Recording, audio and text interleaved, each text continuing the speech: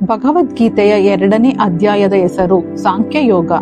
ಇದನ್ನು ಗೀತೆಯ ಅತ್ಯಂತ ಪ್ರಮುಖ ಅಧ್ಯಾಯ ಎಂದು ಪರಿಗಣಿಸಲಾಗುತ್ತದೆ, ಏಕೆಂದರೆ ಇದು ಇಡೀ ಭಗವದ್ಗೀತೆಯ ಸಾರಾಂಶವನ್ನು ಒಳಗೊಂಡಿದೆ. ಇದರಲ್ಲಿ ಕೃಷ್ಣನು ಅರ್ಜುನನಿಗೆ ಆತ್ಮದ ಅಮರತ್ವ, ಕರ್ತವ್ಯದ ಮಹತ್ವ ಮತ್ತು ಸ್ಥಿತಪ್ರಜ್ಞನ ಲಕ್ಷಣಗಳನ್ನು ಬೋಧಿಸುತ್ತಾನೆ. ಶ್ರೀಕೃಷ್ಣನು ಹೇಳುತ್ತಾನೆ, ಪಾರ್ಥ, ಅಳಬೇಡ. ಯಾವುದಕ್ಕಾಗಿ ಶೋಕಿಸುತ್ತಿದ್ದೀಯೋ ಅದು ವ್ಯರ್ಥ. ಜ್ಞಾನಿಗಳು ಸತ್ತವರಿಗಾಗಿ ಅಥವಾ ಬದುಕಿರುವವರಿಗಾಗಿ ಅಳುವುದಿಲ್ಲ.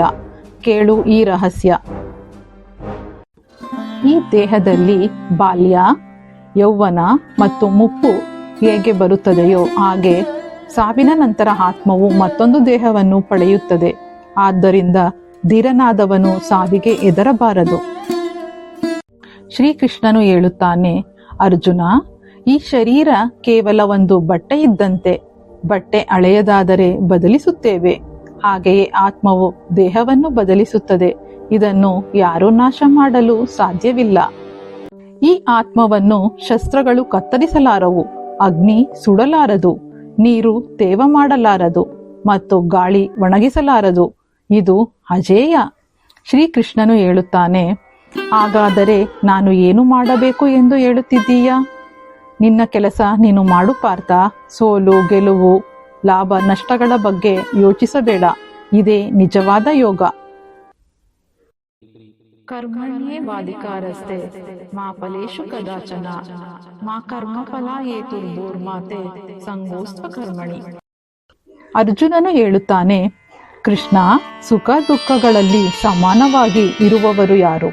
ಮನಸ್ಸಿನ ಮೇಲೆ ಹತೋಟಿ ಸಾಧಿಸುವುದು ಹೇಗೆ?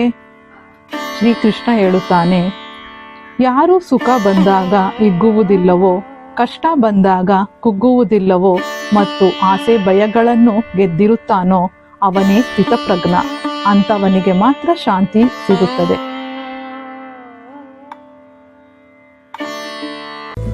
ನೋಡಿದ್ರಲ್ಲ ವೀಕ್ಷಕರೇ, ಭಗವಂತ ಈ 2ನೇ ಅಧ್ಯಾಯದಲ್ಲಿ ಸಾಂಖ್ಯ ಯೋಗದ ಮೂಲಕ ಆತ್ಮದ ಅಮರತ್ವ ಮತ್ತು ಕರ್ತವ್ಯದ ಮಹತ್ವವನ್ನು ನಮಗೆ ಎಷ್ಟು ಸರಳವಾಗಿ ತಿಳಿಸಿಕೊಟ್ಟಿದ್ದಾನೆ ಅಲ್ವಾ?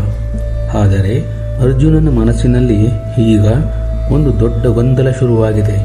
ಕೃಷ್ಣ, ಜ್ಞಾನವೇ ಶ್ರೇಷ್ಠವೋ ಅಥವಾ ಕರ್ಮವೇ ಶ್ರೇಷ್ಠವೋ ಅಂತ ಈ ಗೊಂದಲಕ್ಕೆ ಉತ್ತರವೇ 3ನೇ ಅಧ್ಯಾಯದ ಕರ್ಮಯೋಗ. ನಾವು ಮಾಡುವ ಕೆಲಸವನ್ನೇ ಪೂಜೆಯನ್ನಾಗಿ ಮಾಡುವುದು ಹೇಗೆ? ಫಲದ ಆಸೆ ಇಲ್ಲದೆ ಬದುಕುವುದು ಹೇಗೆ ಎಂಬ ಅದ್ಭುತ ರಹಸ್ಯಗಳನ್ನು ಕೃಷ್ಣ ಮುಂದಿನ ಭಾಗದಲ್ಲಿ ಬಿಚ್ಚಿಡಲಿದ್ದಾನೆ. ಹಾಗಾಗಿ ತಪ್ಪದೆ ಮುಂದಿನ 3ನೇ ಅಧ್ಯಾಯಕ್ಕಾಗಿ ಕಾಯುತ್ತೀರಿ. ಈ ಜ್ಞಾನದ ಪಯಣ ಹೀಗೇ ಮುಂದುವರಿಯಲಿ.